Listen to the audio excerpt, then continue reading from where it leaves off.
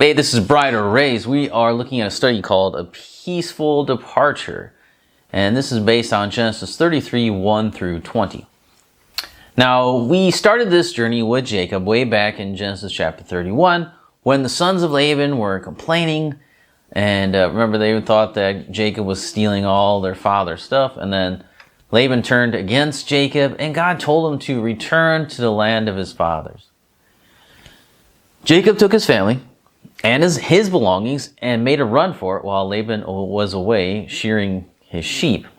And Laban heard about what happened. And then he chased down Jacob and confronted him.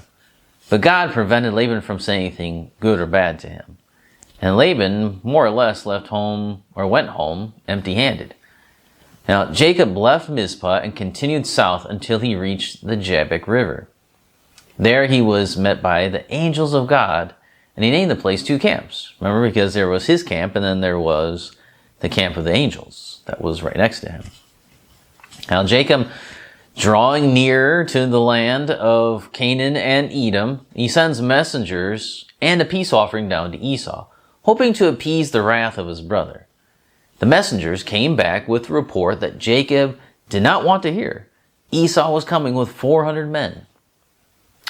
That night, as Jacob fearfully waited for Esau to come, a mysterious man appeared and wrestled with Jacob until the morning. We talked about that.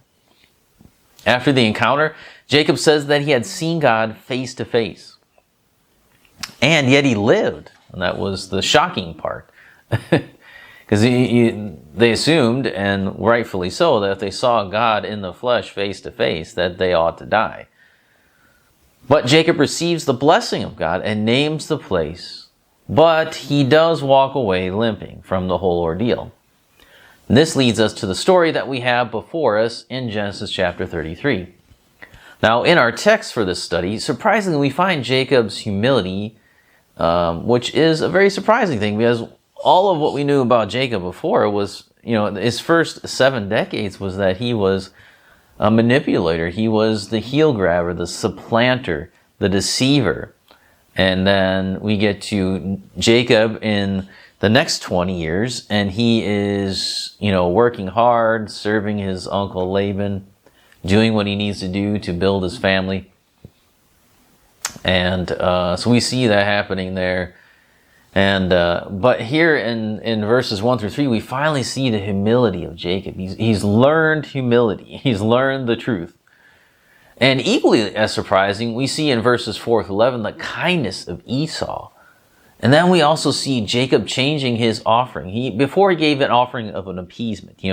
His animal offering of all those droves of animals was to appease the wrath of Esau. And then in the discussion that we'll see, he actually changes the nature of that gift. It now becomes a free gift. He just wants them to take the animals. And finally, we're going to see, we're going to follow Jacob as he makes his return to the promised land. We're going to see him finally make it back there after all those decades. So next time we'll begin to look at verses 1 through 3, and we'll look at Jacob's humility.